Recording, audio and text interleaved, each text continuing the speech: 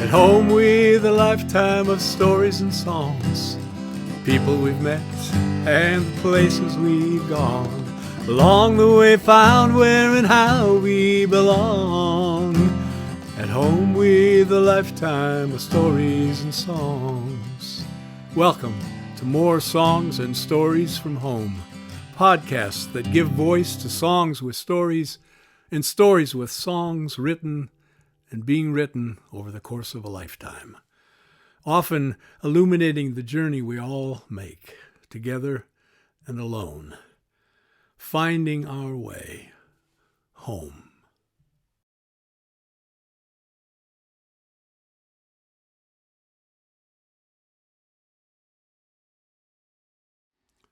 I took my dad's advice and returned to the University of Washington for my senior year.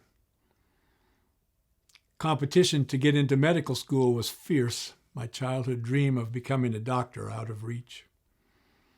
Dreams of a future in music or finding ways to make the world a better place, unformed and, until a few months ago, uninformed.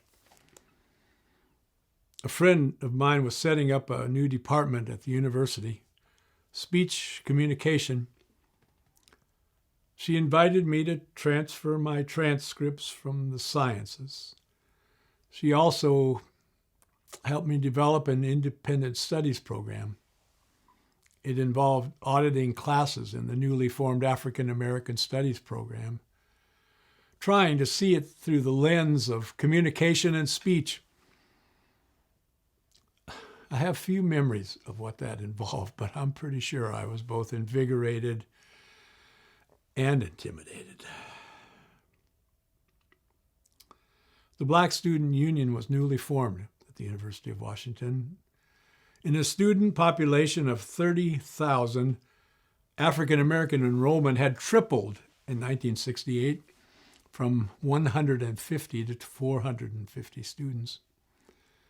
We were a long way from waking up to a world that's truly equitable, diverse, and inclusive. Simon and Garfunkel sang at the University of Washington homecoming that fall. Someone asked if I would drive Art Garfunkel and the group's manager, Mort Lewis, to the airport after the show. As the concert was ending, I was backstage with Mort Lewis and some suitcases. I sheepishly asked him if he had any advice on getting into show business. He looked at me, looked at the suitcases, back at me. "Son," he said, "when the music stops, pick up those suitcases and start walking." Little did I know that Mort Lewis also managed the Brothers Four, and that a few months later I'd be sitting in his office in New York, listening to him laugh about how we met and how he'd gotten his start in show business carrying suitcases for the Stan Kenton Band.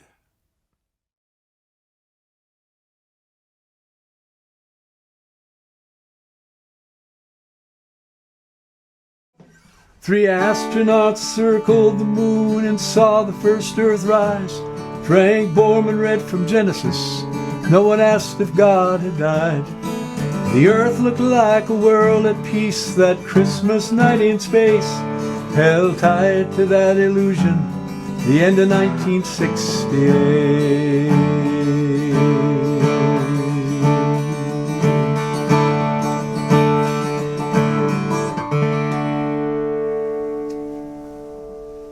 The fall of 1968.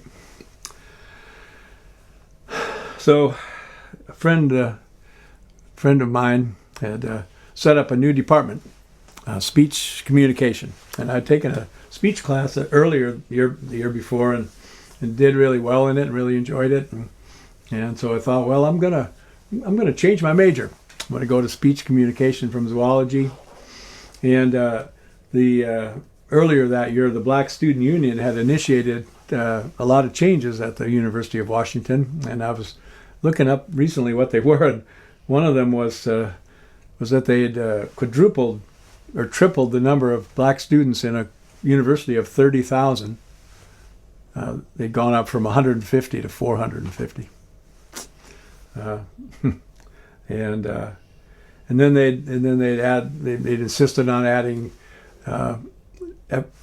minorities to the faculty, and they'd also began their first black history classes were offered, and so in this tied in with speech communication, I began to take some black history classes, and would go to a class in speech communication and tie those two studies together, and it seemed like a pretty nice fit, and I was enjoying that, and then in November I got to cast my first vote for president, and like I say, my dad knew and trusted Hubert Humphrey, or knew about the Democratic Farm Labor Party in Minnesota, and knew about Humphrey, what he'd done, and talked about what he'd done for civil rights, and as far as in the years earlier, and so reluctantly, but when I looked at the character, what I thought of, there was no question that the first vote for president that I would cast would be for Hubert Humphrey, and in retrospect, it looks, I felt that it was maybe the most important one for years and years that I cast, and because the character, well, anyway, until 2016, when I thought that was a pretty important one too, and the character between to have voted for Hillary Clinton was certainly the right thing and for me to do. And at the same time, at homecoming, a few guys in the fraternity were working on it, and were going to bring in Simon and Garfunkel, and they asked me if I would like to be the driver for Art Garfunkel and the manager, Mort Lewis. You bet, glad to do it. I'll pick him up at the airport, I'll bring him back to the airport, and this will be great. And so I did, and so I went both nights. Friday when the alumni came, and then Saturday with the students, and it was amazing. And I remember picking up a string that Paul Simon had left in the dressing room and thinking, this is kind of amazing. And Mort Lewis, he said, okay, before the last number, and he kind of explained what the last numbers were going to be. He says, I want you on the side of the stage, ready with the bags, and then when we're done, we're going to go straight to the airport.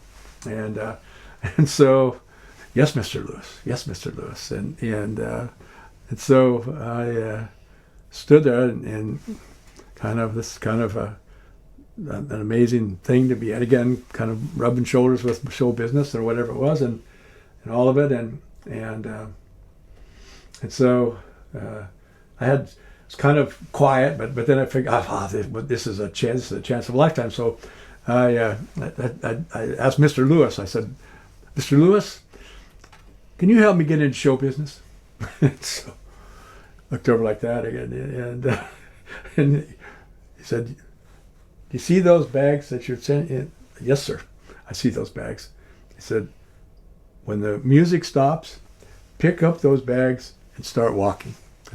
And so, yes, sir, Mr. Lewis. That was, and so probably a better answer certainly than a question, but it was a special experience for me. Thank you for watching or listening to more songs and stories from home. Come back next time for part 6 of 1968, knowing you're welcome here, at home with a lifetime of stories and songs.